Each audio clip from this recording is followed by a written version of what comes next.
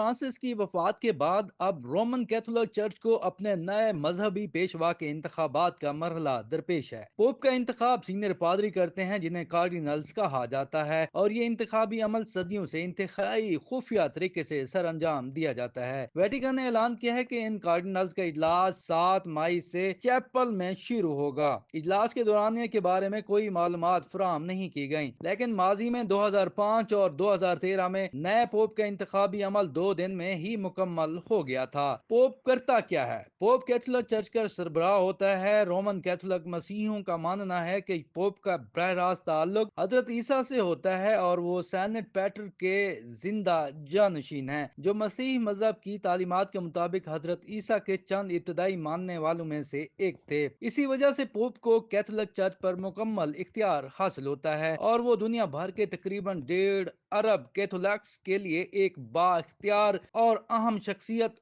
और रूहानी पेशवा का दर्जा रखते हैं। अगरचे बहुत से कैथोलिक मजहबी रहनुमाई बाइबल से हासिल करते हैं, ताहम वो पोप की तालीमात से भी इस्तेफादा करते हैं, जो चर्च के सरबराह की हैसियत से तमाम तालीमात के भी जिम्मेदार होते हैं। वाज़ेह है कि दुनिया में मसीही मजहब को मानने वालों में से तकरीबन निस्फ रोमन कैथोलिक हैं, जबकि प्रोटेस्टेंट और ऑर्थोडॉक्स मसीह पोप को तस्लीम नहीं करते। पोप वेटिकन सिटी में रिहाइश पजीर होते हैं, जो दुनिया की सबसे छोटी खुद मुख्तार ममलिकत है। वेटिकन रोम में मौजूद है। पोप को तनख्वाह नहीं मिलती, लेकिन उनके तमाम अखराजात वेटिकन उठाता है। पोप की वफात के बाद क्या होता है? पोप की वफात के बाद आखिरी रसूमात काफी बड़े पैमाने पर होती हैं, लेकिन पोप फ्रांसिस ने हाल ही में इस पूरे अमल को सादा बनाने की हिदायत की थी। माजी में पोप को जिस ताबूत में दफनाया जाता था वो सनोबर, शीशे और शाह बलूत की लकड़ी के बने होते थे। पोप फ्रांसिस ने एक सादा लकड़ी के ताबूत का इंतखाब किया जिसके किनारों पर जिंक मौजूद होगा। पोप फ्रांसिस ने आवाम को दिखाने के लिए सेंट पीटर्स बेसिलिका में एक चबूतरे पर पोप की लाश रखने की रिवायत को भी खत्म करने की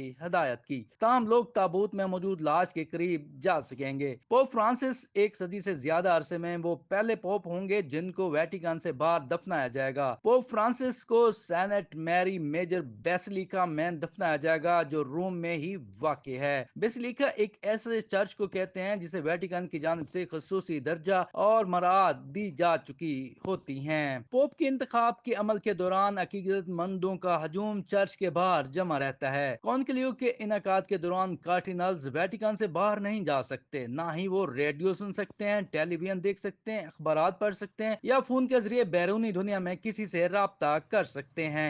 इस दौरान कार्डिनल्स के क्वार्टर्स में अमारत की देखभाल करने वाले अमले, डॉक्टरों और इनके एतराफात सुनने वाले पादरियों के अलावा किसी को दाखिले की इजाजत नहीं होती, और इन सब अफराद को भी राजदारी का हलफ देना पड़ता है। वोटिंग के अमल के दौरान कार्डिनल्स इंतखाबा करने वाले और मामर होने की वजह वोट देने के लिए नाअहल दोनों अपना वक्त उम्मीदवारों की मुतअल्लिका खूबियों पर बहस करने में सर्व करते हैं। ताम किसी उम्मीदवार को खुले आम इंतखाबी मुहिम की इजाजत नहीं होती। वेटिकन का कहना है कि कार्डिनल्स रूहुल कुद्दस से रहनुमाई हासिल करते हैं, ताम इसके बावजूद किसी भी उम्मीदवार की हिमायत हासिल करने का अमल बहुत सियासी समझा जाता है। इंतखाब में कामयाबी के बाद नए पोप से पूछा जाता है कि आप सुप्रीम पोप के तौर पर अपने कैनोनिकल इलेक्शन को कबूल करते हैं। तस्दीक के बाद वो इस नाम का इंतखाब करता है जिससे वो पोप के तौर पर पहचाना जाता है, और फिर उसे पोप का लिबास पहनाया जाता है। इसके बाद कार्डिनल्स नौ मुंतखब पोप का खराज अकीदत पेश करते हैं और इसकी फर्माबरदारी का वादा